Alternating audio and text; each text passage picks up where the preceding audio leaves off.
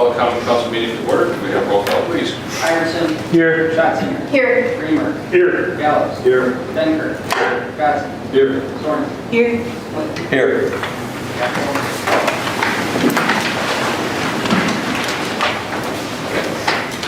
I pledge allegiance to America and to the republic for which it stands, one nation, under God, indivisible, with liberty and justice for all.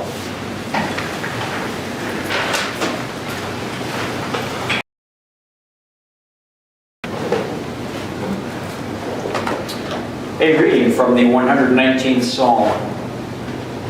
The Lord exists forever. Your word is firmly fixed in heaven. Your faithfulness endures to all things. You have established the earth, and it stands fast. By your appointment, they stand today, for all things are your servants. And we pray. Almighty great God, we thank you for this day and this opportunity to come together as a community. Bless this common council prayer now. Grant us your wisdom and your way, that in everything we do, we may be your servants as we serve our community. In your Son, Jesus' name, amen.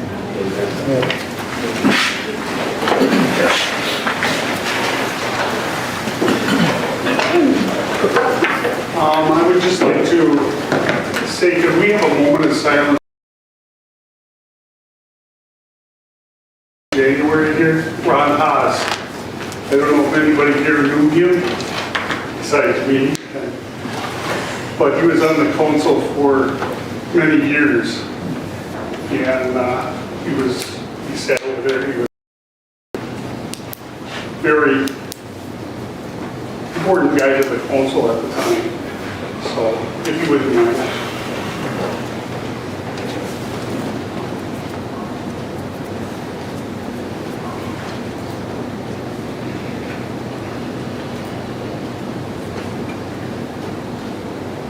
Have anyone signed up for public comment or communications? So we'll move directly into our public hearing for the Ripon shared taxi hours of operations change. I will open the public hearing at 7:03. And do you want to give any background on this, or go right to the vote? So, in your packet, there was a copy of the public notice that was published in the paper, as well as shared online and published within City Hall. So we are required to, when making any changes to the taxi service, the WISDOT requires that the city hold a public hearing. So those are things like fee increases, schedule changes, operational changes. So that has been posted. There were a couple comments that came in that I shared with you ahead of time. And so this public hearing and the change is listed here, and it's just hours of operation change. So you can read the posting and see the proposed hours. And primarily the change relates to Fridays and Saturdays. Friday from 7 a.m. to 2:30 a.m. would move to 7 a.m. to 7 p.m. as well as Saturday 8 a.m. to 2:30 a.m. would be 8 a.m. to 7 p.m. and then Sunday, which is currently 8 a.m. to 4 p.m. we move to 8 a.m. to 1 p.m. Those are the changes. We've talked about this for the last 4 or 5 months. We gave a presentation last month, so the public hearing is just to receive any public feedback regarding the change of operation in the taxi service. So this is the opportunity for citizens to come before the council with their comments and concerns on the Ripon shared ride and taxi hours of operations change. I ask that you keep the discussion civil and respectful and within 5 minutes per person. There will be no discussion of personnel or individual members of the common council. I expect the council to treat citizens with respect and vice versa. Before you begin, please state your name and address for the record. First, we have Scott Zillica.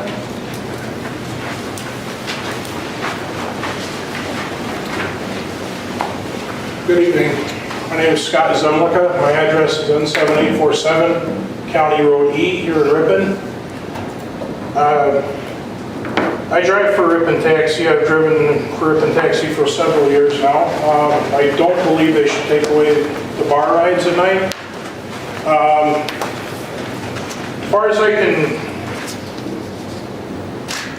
find in my research, in 1996, a woman couldn't get a ride home from anybody at the bar. Her friends were too drunk to give her a ride home. Bartenders wouldn't give her a ride. She asked the Ripon Police Department for a ride home. Nobody gave her a ride home. She froze to death over on Oshkosh Street, a block away from her house. I really don't think there should be reducing those hours. You can, however, take 2 shifts away, one on Saturday and one on Sunday. We do not need 3 drivers for an 8-hour shift. When I first started, we had 2 drivers and one of those drivers dispatched. Now we have 1 dispatch and 3 drivers. We don't need that. So there you could save 16 hours right there. For the bar runs at night, you can take away 4 hours, 2 hours each night from Ruthie to start a shift. Instead of starting at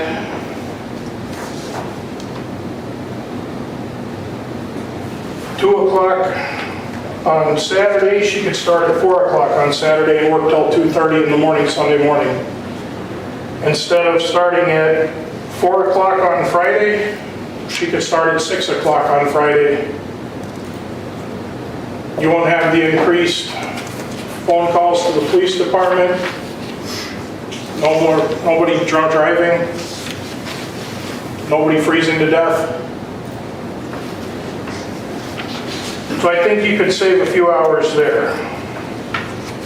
The other thing is we have 4 handicapped cabs. We have no regular cabs. The handicapped cabs are more expensive to purchase versus a regular cab. Now we use those for regular fares. We're going to need to replace them sooner. So I think we could have a couple regular cabs and only 2 handicapped cabs, not 4. That if they bought the new cabs to replace the old handicapped cabs, because they're getting up there in mileage, 150,000 miles or better, then it was a good move. But if we're going to run handicapped cabs all the time, that's not a smart move. I think that's about all I have to say. Thank you. Next is Carl Johnson. Good evening. I'm Carl Johnson, 22-year resident of Ripon. My wife and I absolutely love it here and appreciate all you do for us. I've been with the taxi for 5 years. I've been an Uber driver for 9 years. If you have any questions about Uber or the rates, I've scribbled some down for you. Thank you. Just in comparison real quickly, your seniors paid $350 to go from Russell Manor to Hy-Vee. I think that's probably the most common run we have. $6.92 on an Uber ride. It's almost double. They need to go to RMC for an appointment. Dr. Godier, you're talking to Russell to RMC, $9.97, almost triple. They just can't afford it. So the service is invaluable. Like I said, I've been here 22 years. I don't think I rode a taxi maybe 3 times in those first 17 years. You know, you're getting your oil changed at Cliffs and it's raining or 10 below 0 or something. You gotta walk. So I appreciate the service. I was shocked when I started pre-COVID in 19 that how many rides we did every day. Like 150 a day. It was shocking. Since then, I've done approximately 12,000 rides in the taxi. I'm coming up on 10,000 with Uber, so I've been around the block a few times with both services. I think 20 of those rides have been official Uber rides in Ripon because it's just not affordable for people. And besides, I go over to drive the Oshkosh folks anyway, usually on the weekends. I agreed to a personal non-compete clause with myself. I do not compete with Ruthie on the weekends for her business. You know, she lives off tips from Saturday night, Friday night. And I agree with Scott. I really would hate to see us go to 7 p.m. All I do not work that shift, I never have, till late night, because I'm usually, like I said, in Oshkosh Friday and Saturday night. I think it'd be a big mistake to cut it back completely to 7 p.m. You have one accident, you have one person that injures themselves or property, and we're going to live with that for the rest of lives and the family's life. I would recommend at least let her go till midnight. Cut it off. I mean, it's pretty quiet after that, I think, most of the time. And you can train, we train our riders. So this is when we're available. I've trained my Uber riders, said, hey, I'm in the taxi all afternoon. If you want to go somewhere in the morning, Wednesdays I'm free, but, you know, afternoons I ride for the taxi. I would go at least till midnight. You're going to have, it only takes one incident, you're going to regret this. So you give her those 5 hours from 7 p.m. till midnight. That's $60, $120 for the weekend. That's not even $500 a month that we're going to invest for those 2 nights to be covered until midnight. And train our revelers that you got to get the taxi by midnight. And besides, I don't want to do really Uber in Oshkosh in Ripon because I'm probably going to feel guilty if we shut it off at 7. I'm going to turn my app on and drive these people home myself. I don't really want to do that. It's too bad. So I had a lot of people in the last 2 weeks that we put the signs on the dash in the taxi say, we're having a meeting 7 o'clock on the 27th. And I lost count of all the people that wanted me to put in their 2 cents, say, number one, don't raise the rates because they can't afford it the way it is. The increase that we had 2 years ago to go from $250 to $350 and from I can't remember what the adult rate, $350 to $475, it was substantial. And that's why our ridership, I think, is down. I mean, it really dropped COVID year. We never will recover to those levels, but it's just the $250 to $350, and some of these people barely make rent and get to Hy-Vee. And you know what, Hy-Vee, I paid $5 for eggs yesterday. Oh my goodness. I felt guilty cracking 3 of them this morning. So anyway, I appreciate the service. Adam, thanks for the cabs. We love them. We worked on those for many years, and they've really been fantastic. Really enjoyed it, because those other 3 are now at the bottom of the mill pond. We had 300,000 miles on 3 of those cabs that were bought in 2012. 300,000. Personally, I'm getting close myself with 243 on my Uber burrow, but yeah, they served us well for a good 10 years. But I recommend you please don't cut it back to 7 p.m. because I think we're going to regret that down the road. Somebody injured. Somebody's going to lose a dad or a grandma or whatever it is, but I would let her go till midnight. Don't be so severe. Anyway, thank you for your time. Keep up the good work. If you have any questions on Uber rates, I've got them here. All right, one more. I'm sorry, I can't read your handwriting. That's okay. I'll tell you what it is. State your name and address for the record. Okay. My name is Patrick Dowd, and I live at 265 Stony Ridge in the city of Ripon. It's interesting just to review and analyze the information I just heard, but I wanted to first say a couple things. Moving here, why did I select Ripon? I've been a guy that spent many years in hotel development and housing development, and have participated in many events in terms of coming to council meetings like this. I've been on the other side of the fence. I'm from Chicago, but I'm also from Mackinac Island. My family got there in 1851. My cousin is the 4th generation dad of married to the island, and we have the oldest grocery store in America. So in essence, what I'm saying, I'm coming to you, in essence, just my observations of what you may or may not be doing. To start with, I heard it mention the word interaction of police in terms of what the support and the work of the taxi drivers in terms of supporting, in essence, the citizens of this community. I just heard right here, I mean, they're picking them up, they're driving them over.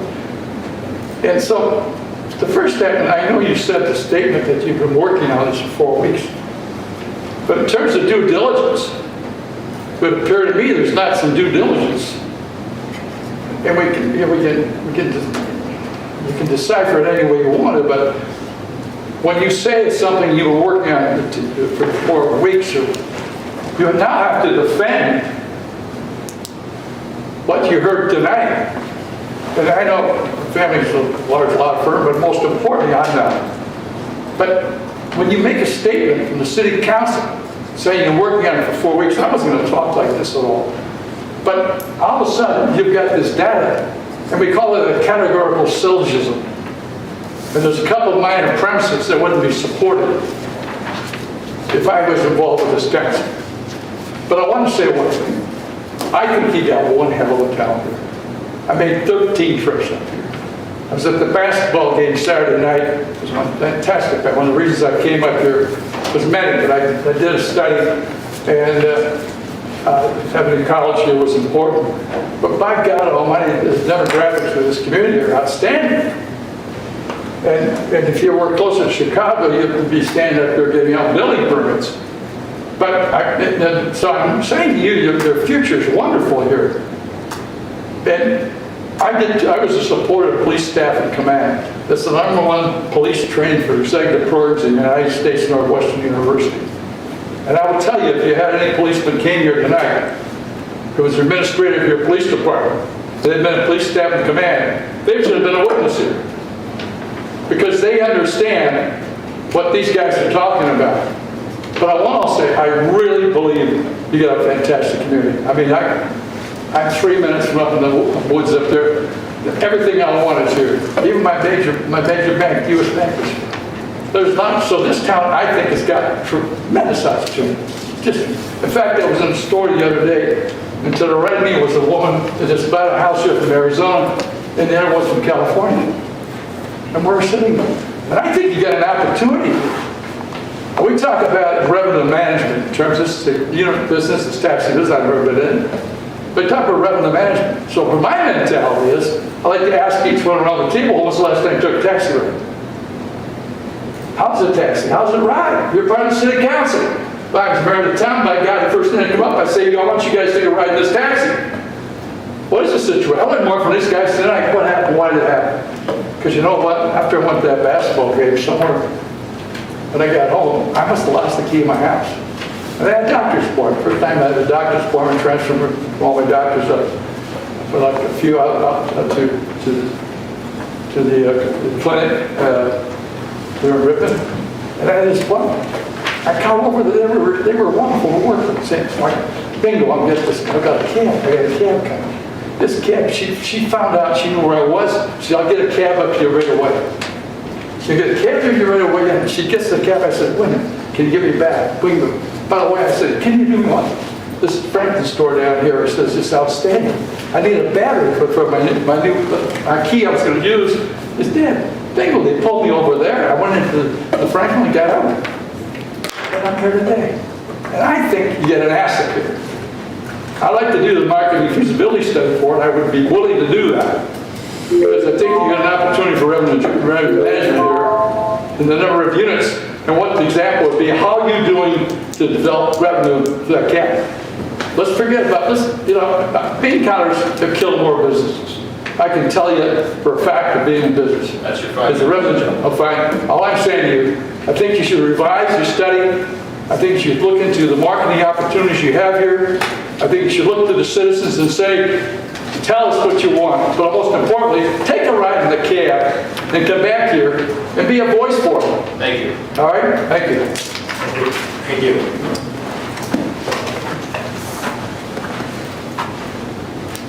Would anyone else from the public like to speak on this matter?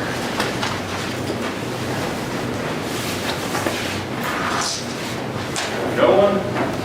I will close the public hearing at 7:20. And we'll move into our first agenda item, which is discussion on adopting the new hours for the shared ride taxi service. Would anyone like to start? Sure. Just for the record, I've used Share a Ride in the last month, at least once, maybe twice. I believe my wife has. It's a very good service. Glad we have it. That's all I have to say about that. Thank you, Mayor. Thank you. Steve? A long time ago is a long time ago story. I was on by the taxi commission just before Brown Cab took over. Brown Cab has served us well, as far as I'm concerned. As long as we dealt with them, they were fair. I can understand where these people are coming from about the Saturday night rides, because I was around Ripon when that lady died of being frozen. And I think by limiting that Saturday night, we're probably going to put people's lives in jeopardy. I don't know why we go to 1 o'clock on Sunday on here, but, or it's 1 p.m., so that's in the half. But I think on Saturday night, we should extend the hours. And then this is the extend the hours. Thank you.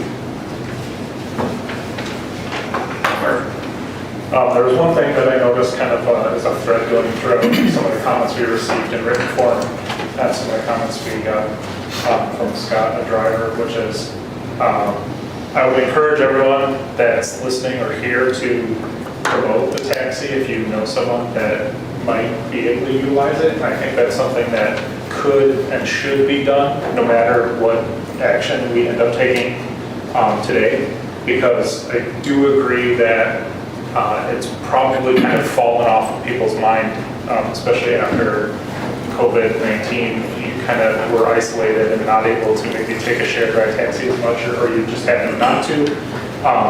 But definitely I would encourage anyone involved and anyone in the community to go ahead and post that on Facebook or talk to your friends or whatever to, again, try and regain some of that ridership that had fallen off. So that was just my thought.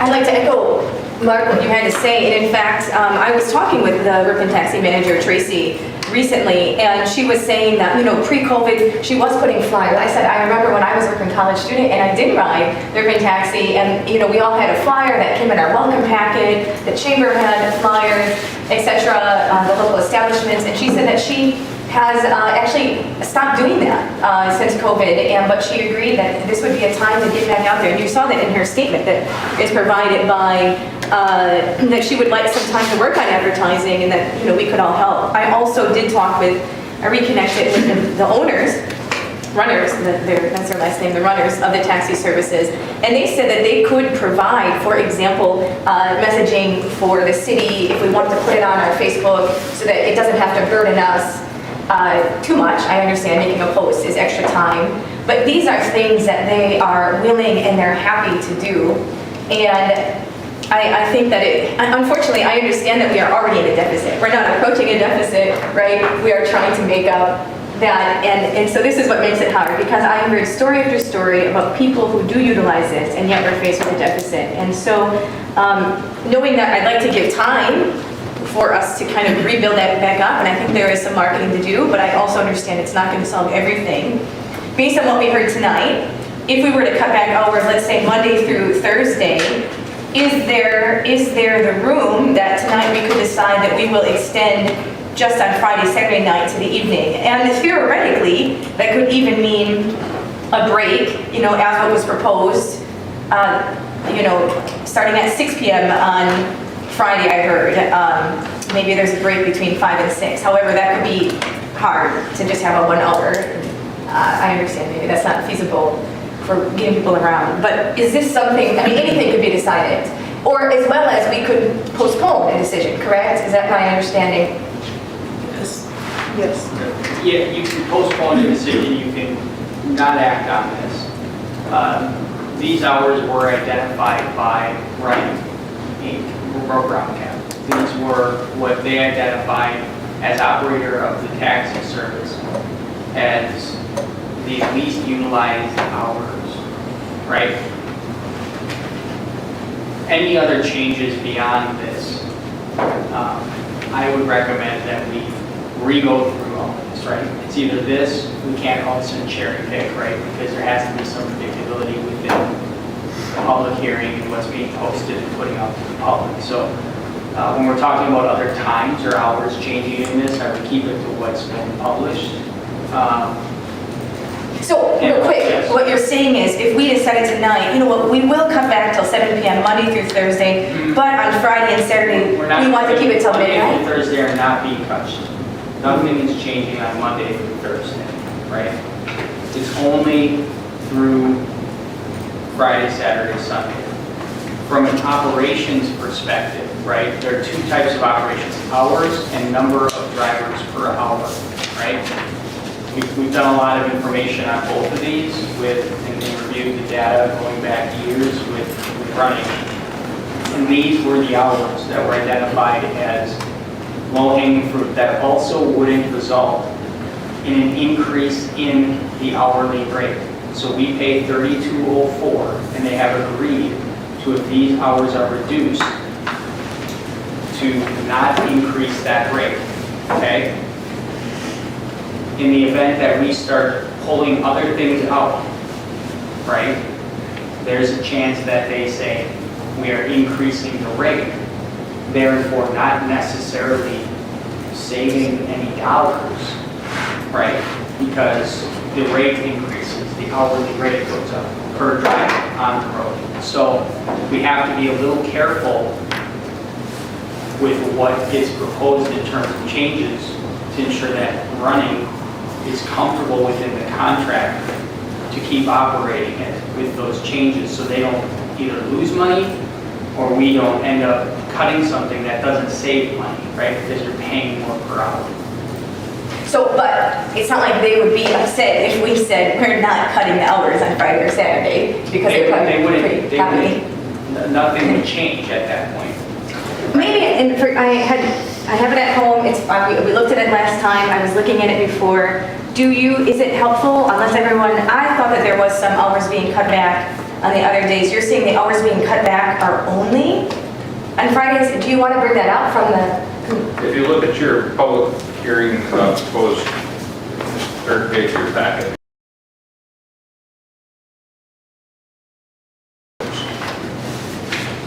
I'm looking at that now, yeah. so the current hours. So it's Sunday also, so, Sunday would be shortening by 3 hours. Friday and Saturday would end at 7 PM instead of 2:30 PM. Changes in hours.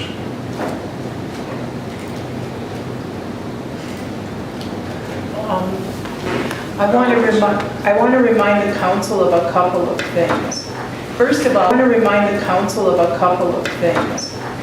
all, we have we have hundreds of thousands allowed to slide for 10 years.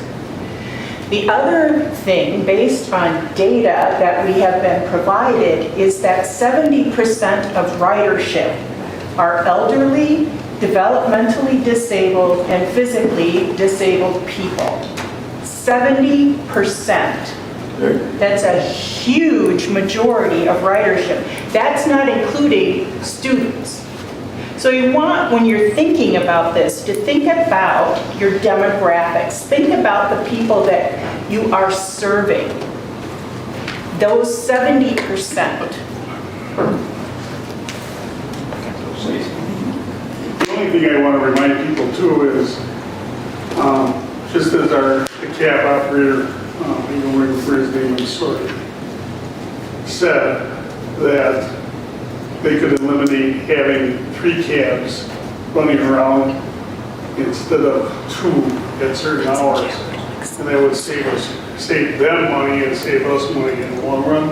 I understand what Ellen is saying, and that's originally what this was all about, was serving people that didn't have their cars anymore. They couldn't get people to drive them to the doctor and whatever, or to the grocery store. And that's the reason the service started up, I believe. And also, every time you do an increase in fares, your ridership drops off. It happened in the past, I've seen it many times. We, up the, and it takes a while for that to rebound. People just kind of go, oh, I'm not gonna pay for that. But when they gotta get to the grocery store, all of a sudden, well, I guess they gotta get there. But maybe eliminating having the amount of people driving at certain times would suffice or make up for, these extra hours. So that's the way I'm looking at it. He said there's 3 people running around at night.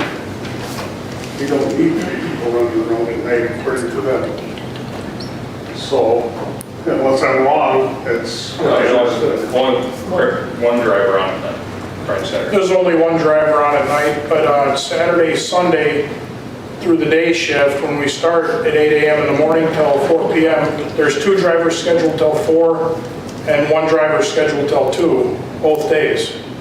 So if we eliminated the 1 8-hour shift, there would still be 2 drivers Saturday and Sunday, each day. Hey, could you survive with that? Absolutely. During COVID, I was actually one of the only drivers on Sunday for a short time. All right, thank you. I will remind everyone here at home that we're here discussing this because of the severe debt that we are in with this service and the roughly $60,000 a year deficit that is added to that debt. The way I see this proposal is to keep this service in existence. We do not want to see this service go away. So we have to do everything we can to protect the essential hours. And personally, I feel the proposed hours do. The late nights are, the bar rides are recreational hours. No one needs to go to their doctor appointment. No one needs to buy groceries at midnight on a Saturday.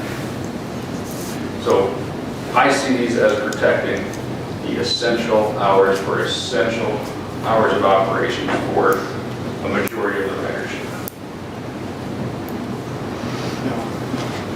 So this is where I wanted to, I understand I'm looking at this here. I guess what I wanted to clarify is at home, I had the packet from last week, and I had forgotten how many riders are per hour. I was thinking that, but perhaps this is why it wasn't. I just wanted to confirm. So for example, 7 a.m., if you took off even until 6 p.m. But my understanding is the reason why Monday through Thursday it was till 7 is because there was a number of riders between that 6 and 7 p.m.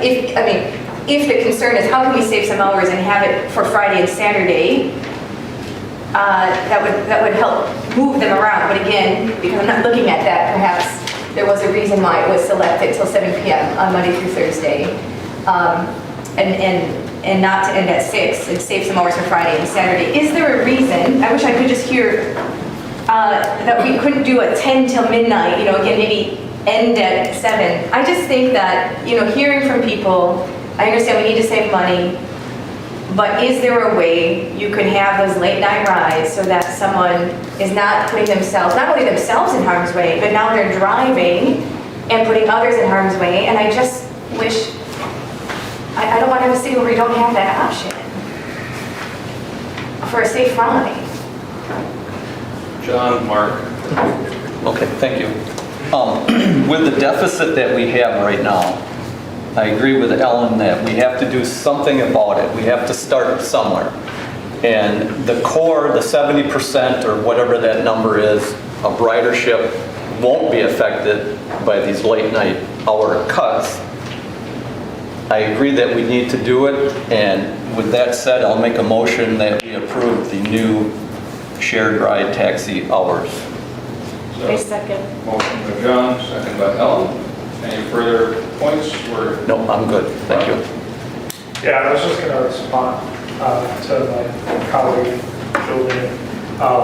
If I'm remembering correctly, and I may not be, we were having during kind of these core proposed hours anywhere from 24 to maybe 8 or 10 rides per hour. And then for the Friday and Saturday nights, it was dropping off down to like 1 or 2 rides per hour. So I think what that indicates to me, while I agree that those 1 or 2 rides are important, when the service is costing the city $60,000 a year, and it's already in a deficit of $302,468. That, well, you know, I don't want to say we don't have a solution, I guess is what I'm trying to get at. We don't have a solution tonight. Even what's proposed in front of us is not a fix. It's just an adjustment to try and stop that $60,000 year over year. And I would hope, or I would support, and I would love to see next year, you know, we can bring this back and look at it. We can ask Running Inc. to bring numbers back for next year so that we can reevaluate. Because I agree that we can't, you know, what it's going at right now, we're going to have to end it because we just can't keep sustaining it, you know, if it's a year or 2 years down the road. But if we can make an adjustment now and you know, let it go for 2 or 3 years, and then hopefully ridership comes up, or hopefully there's a new agreement, or they change how many drivers they have. I mean, that's on the business as well to decide, and they can come back to the table and say, you know, we're gonna cut these hours, or we're gonna you know, go down to this many drivers. Is that acceptable? And we can look at that. But I just think it's a really tough. You know, we're kind of at what I would call an inflection point where if we do nothing, we're spiraling down the drain. And if we do something, it may not be the perfect answer, or it may not work amazingly, but at least it's something we did now, and we can always change it. I mean, we'll change it at least for a year. We have to hold another public hearing, et cetera, so we probably don't want to go and revise anything right away, but it's not set in stone. So we could wait and see how it shakes out as well if you know, the change is made today. But yeah, I would hate to see that. I mean, that deficit is quite large, and that's been paid out already, and we owe it back to the taxpayers too, to not keep running the service at a deficit. And we're not even getting there with this. We're only cutting it by half, so we're still 30-ish, I think, 30,000 or so. He applied 30,000 in levy to it this year. So sorry, it was 60,000. 60,000? This move would save approximately 30,000 from the 2025, you know, expenditures, right? We've talked about this a lot over the past few months. Ultimately, this is one step. Everything else that has been discussed tonight regarding operations, regarding other hours, other changes to the service, marketing, all that will continue to have to be discussed and implemented. That is, everything will have to be done to protect this service and keep it going. The alternative is to go back to the state legislature and ask them to fund it at not 55%, but 78% like they used to. Okay? I was just going to say we should bring up Doug's favorite. So there are many things that have to begin happening that haven't happened for the last decade. And we are coming up on a period where we will be rebidding up the contract, and we're paying $32 an hour today. The average for the state is over 36. So this will continue to get more expensive and continue to amplify the deficit. So it's going to take a lot of different things to keep this going, as well as a commitment from the city to continue to apply tax levy annually in our budget that goes to other core services and priorities of the community. So it's certainly an unfortunate situation that we have to do this. We had to raise rates a couple of years ago after not raising them for a decade. But we've gone through a lot of this, and I can bring up any data points you want to see. But this is just one of many steps that has to occur over the next 3 to 5 years.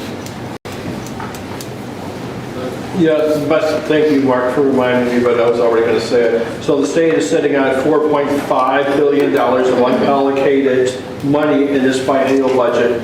Robin Voss, Speaker of the Assembly, has said, no, we're not spending that money. Everyone else says yes, but he has a veto of 1 to allow anything to be discussed and voted on in the Assembly. So we have to solve this ourselves. They're not going to fund this.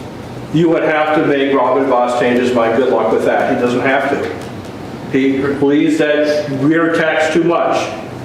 But here we are, a service that is set to help elderly people, people without automobiles or other means of getting around town, disabled people, helping them get around, school kids get, and we have to solve it ourselves.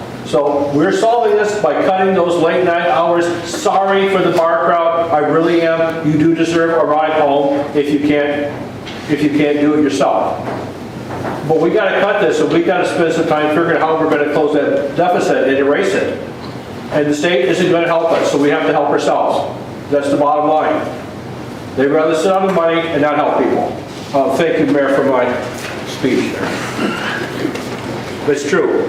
I mean, I understand we have to make cuts. I do wish I could hear, so are we saying that the proposal that was suggested tonight from one of the people in the audience to cut back a rider on the weekend, to be able to have hours maybe on Friday or Saturday, is that something that is possible to save money, to have hours? Is this, and do we have time to discuss this? I guess what I'm saying is, we're hearing from the manager of the taxi, please delay the decision. We have someone else saying, the other person, Rose, the city delay reducing hours.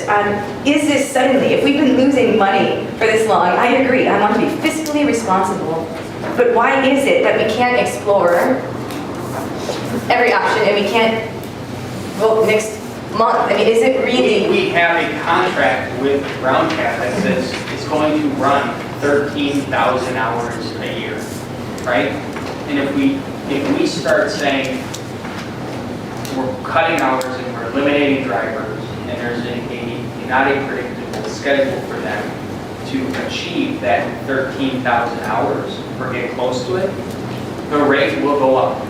That's the part of this you have to maintain, because they bid on it, and they're not going to sit here and run a taxi cab losing money, or at least not trying to break even on it, right? So they have a schedule, and we show you this, where they have a target of how many drivers they need out to meet the minimum demands of the service based on the data they have. So Monday through Friday mornings are 4 drivers. Sometimes there's more, depending on availability and number of rides. Then it moves to 3. And as the day goes on, less drivers, down to 4, 3, to 2, to 1. Because as the ridership shows, 95%, 96% of the rides occur between the hours of, 7 a.m. and 8 p.m., right? I mean, there's so many, that's where all of it goes, right? In terms of the number of drivers out there. So if you cut hours or you reduce a driver, Brown Cab's recommendation is to cut the hour first, then reduce the driver at those times that there may be more peak demand, because you will be causing people to either have to pay, right, when the core service is being used more aggressively. So that was their recommendation. And so we know for sure, just for the record, that on Saturday, they know that an option wasn't to cut back a driver and to add hours from the proposal, not to add hours, to not cut as many hours from currently, so that we could have some Friday and Saturday late night. So we know for sure that Brown Cab was not saying, I'm just saying, is there a creative way? Any changes past what is proposed here, they said that they would have to consider raising our hourly rate, which puts us right back in the same position we're in now. Well, sure, they have to consider it, but where they made that proposal, We had talked to them about eliminating driver hours as well as eliminating operating right? We had talked about doing both. Their recommendation was eliminating the hours, right? If we would be doing both, if we said let's eliminate the operating hours and the operator hours or the driver hours, we would be getting into a point where they would require the rate to go up because we did that proposal to them. We showed that to you all, a combination of options.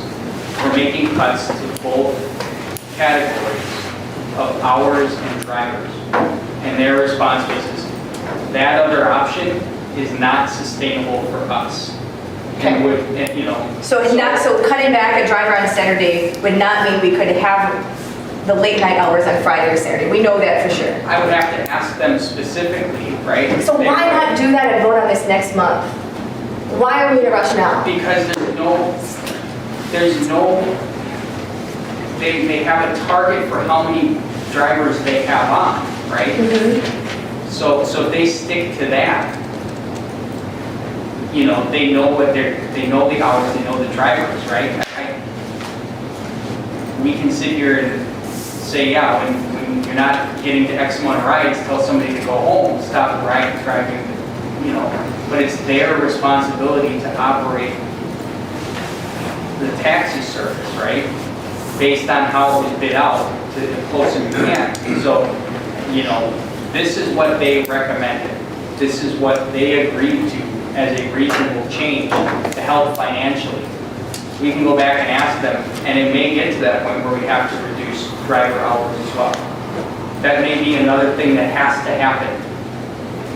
That, you know, both of these things, Jolene, likely will have to happen. So let us say, I will just say, is I understand it's a vote on the table based on the people that were here, based on the comments we have here. I would like some additional information to go back to them, and I personally do not see a rush that this has to happen tonight versus getting more information and making a decision next meeting. That's what I asked my colleagues, and that's my opinion right now. But I understand we have to make tough decisions, and I understand we're losing. So I understand in general that this is important and unfortunately inevitable. Any further discussion? Steve? I agree with Jolie. I think this is not something that we have to flip the switch tonight on. It'd be nice to investigate more, see what their company says. Besides, I know you already agreed on this, but like she said, maybe there's some flexibility there so we can cover that, because I wouldn't want to be the one that says, sorry, tonight you can drive home and die or kill somebody else, you know. That would really, really bother me, you know, for those Saturday and Friday night hours, even though there's not that many that drive. And I understand the deficit. I'm one of these people that don't like to spend money. But the thing is I'm looking at public safety too. So I agree with her 100%. Anyway. Any further discussion? Mark? I just want to point out that the tavern rate does operate the free ride service. So that is available in all of our, I believe it's at all of our licensed places of consumption. So that, you know, the bartender should know or should have the availability for that as well. Because I am concerned too. I don't know that cutting the service at 7 p.m. is necessarily the best thing to do.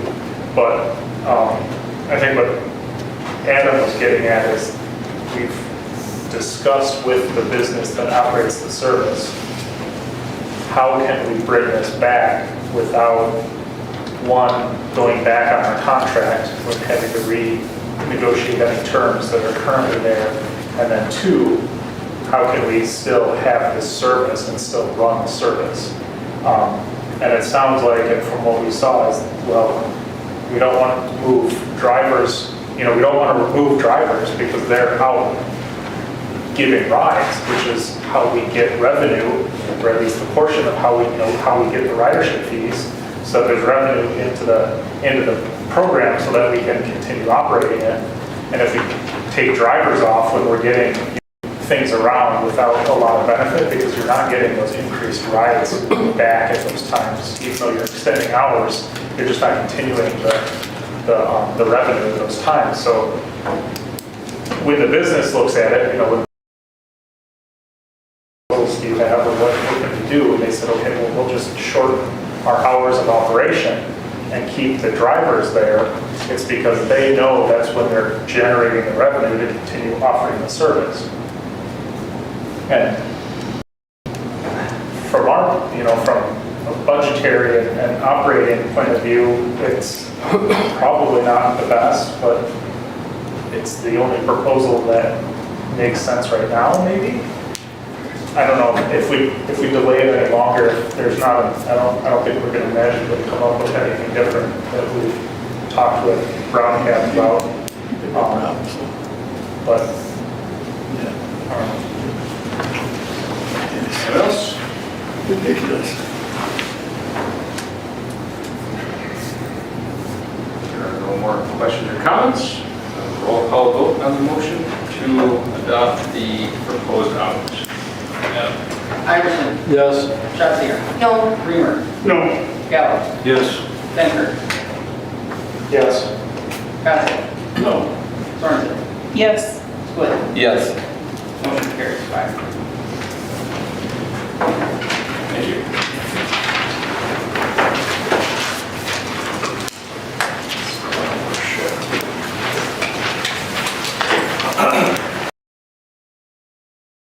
Moving on to our next item, financial services agreement for the chicken creation. Agreement between the city and Elders. This would be for a new bid overlay kid 7. Kid 7 is the Sandbar kid. We've been talking a lot about this. This relates directly to the Sandmar development in SC Swiderski. It is to get working on creation of an overlay district out there to assist with that project, as well as some of the other infrastructure needs in that area.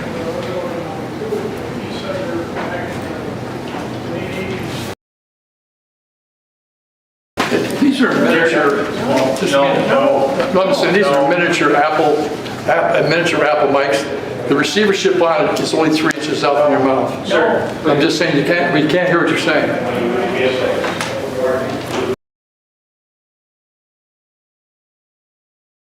Attached scope of services with Eilers as recommended to assist with the creation of a new tax increment district as an overlay for TID 7. Ellen? Could we just put out for record how much it's going to cost? Yeah, so depending on how far it goes, the maximum amount is $17,000. Okay. Thank We you. get through the phases, and that's all. The overlay is just, there's an existing TIF district. It's essentially taking some of the parcels within that TIF district and creating an overlay over that to essentially create a new project plan. Any projects within that or a half-mile radius of that. So it's been done in Ripon before. There's an overlay. TID 15 is an overlay to 11. So it's just a way to sort of reset some of the TIF without completely redoing it, as well as not have like amendments to the boundary or take TIF properties out. So, this is to fund that project as well as, like I said, some infrastructure work with others to develop the project plan, to put in all of the costs and kind of do the public hearings, all of everything that's required so that'll move forward. Correct me if I'm wrong on this, but it's overlaying.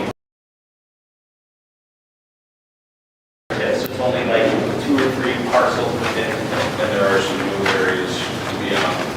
Yeah, there'll be a whole map developed, all that.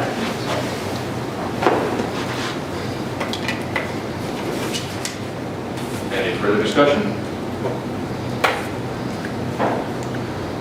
Do we need a roll call on this one, Lud? Yes. If there is no more discussion, we'll take a roll call vote. Iverson, Yes.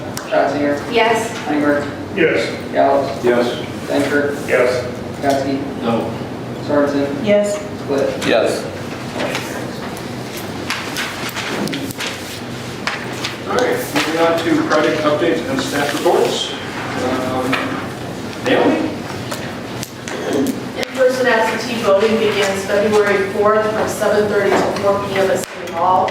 The election day is scheduled for February 18th. Can I ask, do you need volunteers yet? Or workers, poll workers? No, we're fully staffed. Thank you. Adam? I just gave a brief update to you all. Next month, we have 9 of the 10 San Marlon Sale Program grants awarded for 2025. The wildflower development on Scott Street has been approved and building houses on that area in pre-sale. We have brought back the previous Senior Activity Center Director, Christine Moish, as the Senior Activity Center Director, and she will start in about a week.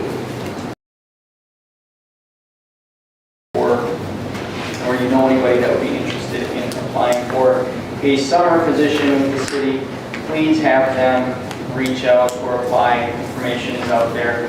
The past couple years, we've had a hard time getting summer help. More people this year. Thank you. I don't have any appointments or communications for this month. Any comments or future agenda items from council? I guess I would just like to say to the person in the audience, if there is an issue with microphone, I think what he was saying, my understanding, these microphones do not amplify in this room. Therefore, they online for the record. They do both. Well, they don't really sound. I guess talk to our city administrator or for us to explore if the audience cannot hear us for the microphones. I don't know if it's a future agenda item per se, but it is something I hope we can explore. If